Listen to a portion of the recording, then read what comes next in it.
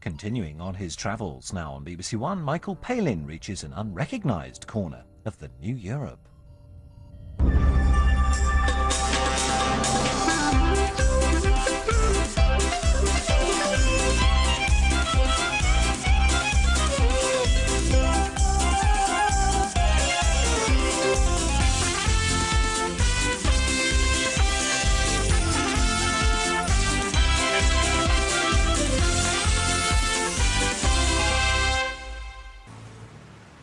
Well, we've now left Moldova and we're in Moldavia. Moldova's a separate country, as you know.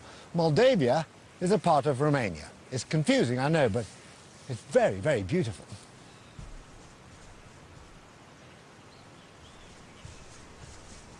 In the foothills of the Carpathian Mountains, largely protected from marauding armies and political commissars, are some of the least changed communities in Europe. Religion remains the focus of local life, and the churches are works of art. The walls of this one, the monastery at Moldavita, are covered inside and out with frescoes painted 500 years ago. These ones here are a graphic account of the siege of Constantinople, with Christian armies desperately fighting off the Turks. It's like medieval news footage. Every single wall is covered. Yes, every square inch, we can say, it's covered with paintings, yeah. What we see around here, this is Last Judgment scene, always at the entrance to remind people about how important it is to take care of their next lives. Carolina is my guide to this extraordinary Byzantine masterpiece. Where the altar would be. Yeah. Behind that wall will be the altar, where no men of other religion and no women are ever allowed to go in. Yeah. Yes, except nuns sometimes. Yeah. Yeah.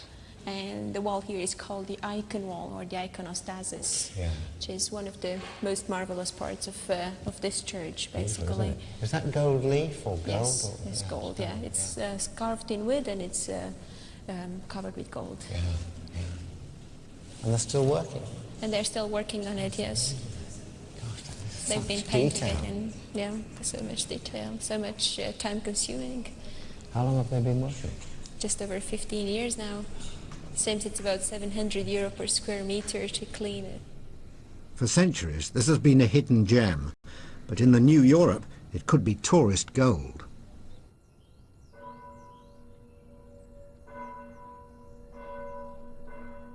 In the mountains of the Maramuresh region, it's All Souls Day.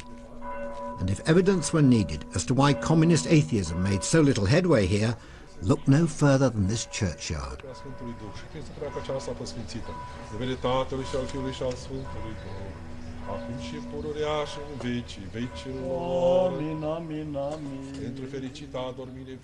The graveyard in the village of Aiud is packed with families here to remember their loved ones. The priest blesses each grave in turn.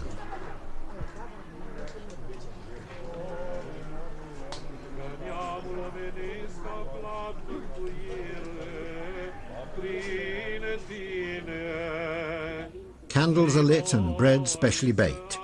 Jonut, a local student, tells me why. This is one of the most important days of the year. Yeah.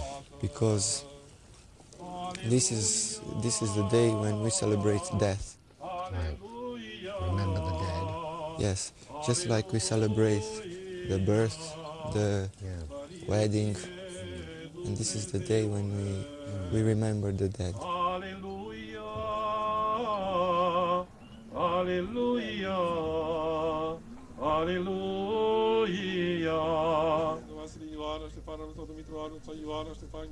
It's not just relatives of the living who are remembered. Any member of a family who's died in the past 200 years can have their name read out.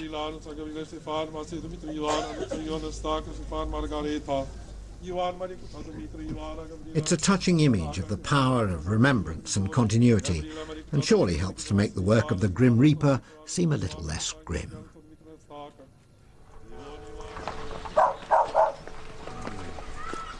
After the Mass, I walked through the village with Jonut and his father Philemon, who've invited me back to their house to carry on the celebrations.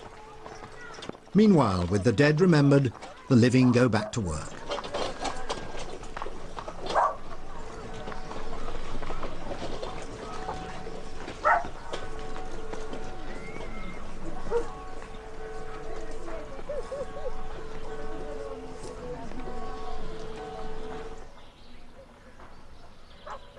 Despite the beauty of the countryside, life here is hard, and the way to find relief from the daily grind is usually with strong drink and a good knees-up. I fear that Yonat and Philemon are no exceptions. With Yonat's mother keeping a beady eye out in the background, the first of several toasts is raised. Cheese and sausage is on the table, and in the glass, palinka, a fiery eau de vie made from apples and pears. And with an awful inevitability, one thing leads to another.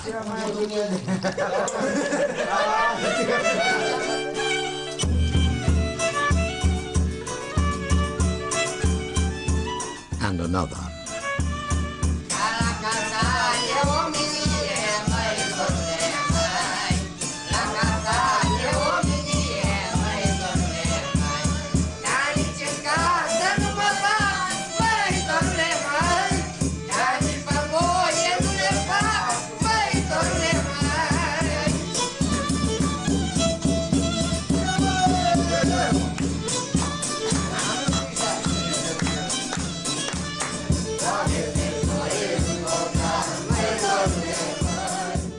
Why can't they just have afternoon tea like anyone else?